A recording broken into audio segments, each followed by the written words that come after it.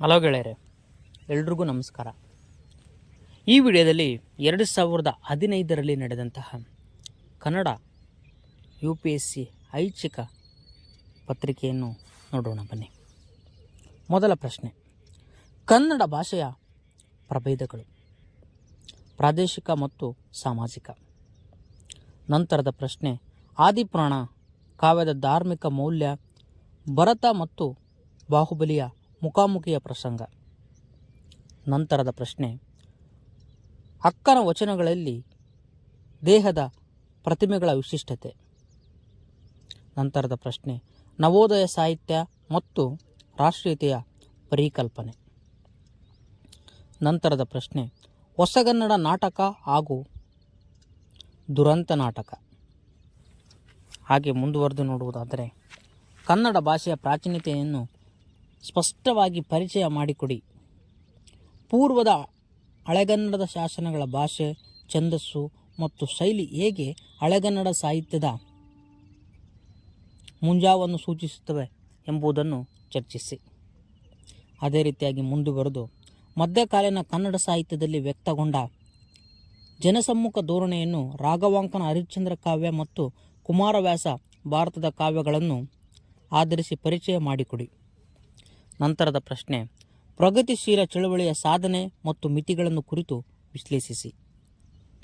ಹಾಗೆ ಮುಂದುವರೆದು, ದಲಿತ ಮತ್ತು ಬಂಡಾಯ ಸಾಹಿತ್ಯದ ಪರಸ್ಪರ ಸಂಬಂಧ ಮತ್ತು ಸ್ವರೂಪಗಳನ್ನು ಕುರಿತು ಚರ್ಚಿಸಿ.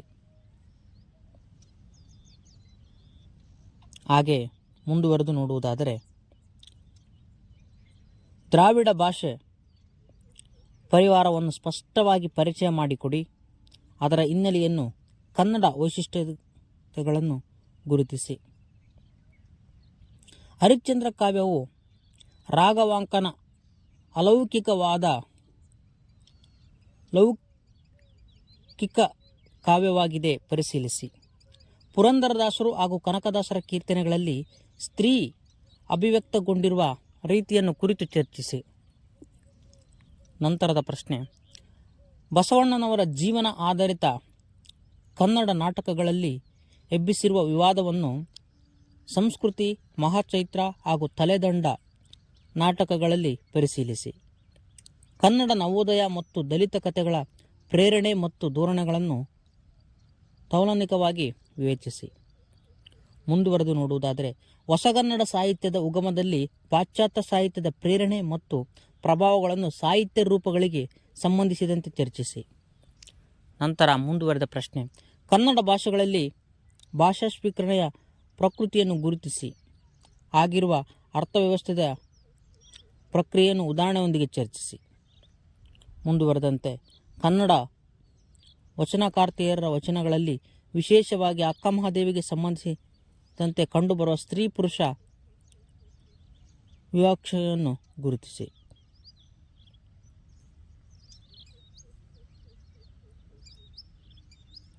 ನಂತರ ಮುಂದುವರೆದಂತೆ ನೋಡುವುದಾದರೆ, ಕಾವ್ಯ ಮೀಮಾಂಸೆ ಹಾಗೂ ಸಾಹಿತ್ಯ ಮೀಮಾಂಸೆ, ಆನ್ವಯಿಕ ಮೀಮಾಂಸೆ. ನಂತರ ಕರ್ನಾಟಕ ಶಿಲ್ಪಕಲೆಯ ವೈವಿಧ್ಯತೆ ಮತ್ತು ರಾಜ್ಯಾಶ್ರಯ. ನಂತರ ವಿಜಯನಗರ ಅರಸರ ಸಾಹಿತ್ಯಿಕ ಮತ್ತು ಸಾಂಸ್ಕೃತಿಕ ಕೊಡುಗೆಗಳು. ಕರ್ನಾಟಕ ಸಂಗೀತ ಪರಂಪರೆ, ದಾಸರ ಪದಗಳು ಮತ್ತು ಗಮಕ ವಾಚನಗಳ ಪರಂಪರೆಗಳು. ನಂತರದ ಪ್ರಶ್ನೆ, ಭರತನ ರಸಸೂತ್ರದ ಹಿನ್ನೆಲೆಯಲ್ಲಿ ನಿರೂಪವಾಗಿರುವ ಪ್ರಾಚೀನ ಲಾಕ್ಷಣಿಕರ ವಿಚಾರಗಳನ್ನು ಪರಾಮರ್ಶಿಸಿ. ಮುಂದುವರೆದಂತೆ, ಹೊಯ್ಸಳರ ಕಾಲದ ವಾಸ್ತುಶಿಲ್ಪ ಹಾಗೂ ಮೂರ್ತಿ ಶಿಲ್ಪಗಳ ವೈಶಿಷ್ಟ್ಯಗಳನ್ನು ಬಾದಾಮಿ ಚಾಳುಕ್ಯರ ಕಾಲದ ವಾಸ್ತುಶಿಲ್ಪ ಹಾಗೂ ಮೂರ್ತಿ ಶಿಲ್ಪಗಳಿಗೆ ಹೋಲಿಸಿ ಬರೆಯಿರಿ. ಜೈನ ಧರ್ಮದ ಕನ್ನಡ ಸಾಹಿತ್ಯ ಮತ್ತು ಸಂಸ್ಕೃತಿಗೆ ನೀಡಿರುವ ಮುಖ್ಯ ಕೊಡುಗೆಗಳನ್ನು ಗುರುತಿಸಿ. ರೀತಿ ಪ್ರಸ್ಥಾನ ಹಾಗೂ ಶೈಲಿ ಸಿದ್ಧಾಂತಗಳು, ಸೌಮ್ಯ ಹಾಗೂ ವೈದೃಷ್ಟಗಳನ್ನು ಕುರಿತು ಚರ್ಚಿಸಿ. ಅದೇ ರೀತಿಯಾಗಿ ಮುಂದುವರೆದು ನೋಡುವುದಾದರೆ, ಕರ್ನಾಟಕವು ವಸಾಹತೋತ್ತರ ಕಾಲದಲ್ಲಿ ಕಂಡ ಸಾಂಸ್ಕೃತಿಕ ಚಳುವಳಿಗಳ ಬಗೆಗೆ, ಸಾಮಾಜಿಕ ನ್ಯಾಯ ಮತ್ತು ಅಂಗಭೇದಗಳನ್ನು ಕುರಿತಂತೆ ಚರ್ಚಿಸಿ.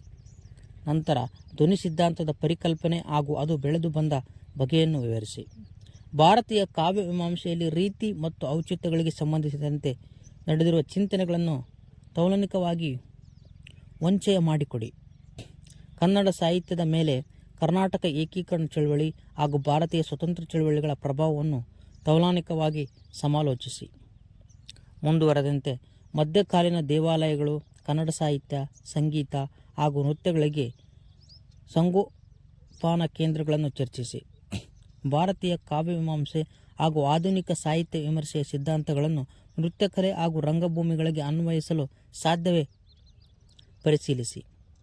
ಕನ್ನಡದ ದಲಿತ ಬಂಡಾಯ ಚಳವಳಿಯ ತಾತ್ವಿಕತೆ, ಸಾಹಿತ್ಯಿಕ ಮತ್ತು ವಿಮರ್ಶಕ ನೆಲೆಗಳ ಹೇಗೆ ಅಭಿವ್ಯಕ್ತಗೊಂಡಿವೆ ಎಂಬುದನ್ನು ವಿವರಿಸಿ. ಅಸ್ತಿತ್ವವಾದ ಎಂದರೇನು? ಹೊಸಗನ್ನಡ ಸಾಹಿತ್ಯದ ಮೇಲೆ ಅದು ಬೀರಿದ ಪ್ರಭಾವ, ಪರಿಣಾಮಗಳನ್ನು ಪರಿಶೀಲಿಸಿ.